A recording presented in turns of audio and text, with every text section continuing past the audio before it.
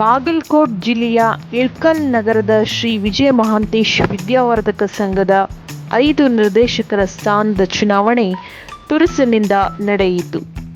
ಚುನಾವಣೆಯಲ್ಲಿ ಮತದಾನ ಮಾಡಿದ ಶಾಸಕ ಡಾಕ್ಟರ್ ವಿಜಯಾನಂದ ಎಸ್ ಕಾಶಪ್ಪನವರ್, ವಿಧಾನ ಪರಿಷತ್ ಮಾಜಿ ಸದಸ್ಯ ಡಾಕ್ಟರ್ ಎಂಪಿ ನಾಡಗೌಡ ತಮ್ಮ ಹಕ್ಕನ್ನು ಚಲಾಯಿಸಿದರು.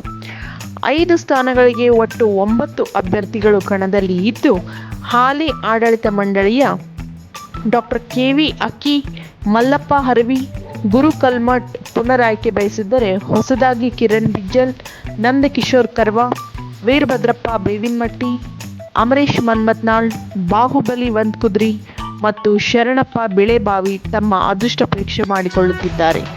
ವರದಿಗಾರರು ನಬಿ ಹುಣಸಗಿ, ಜನಧ್ವನಿ ನ್ಯೂಸ್, ಇಳಕಲ್.